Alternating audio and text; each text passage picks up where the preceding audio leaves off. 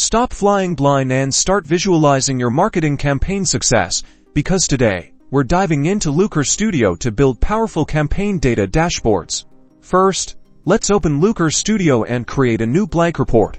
Next, connect your data source. This could be Google Ads, Google Analytics, a spreadsheet, or any platform where you store your campaign data. Choose the data source that holds the campaign information you wish to visualize. Now, drag and drop a table chart onto the canvas. Start by adding your key dimensions like campaign name or ad group, followed by your most important metrics: impressions, clicks, conversions, and cost.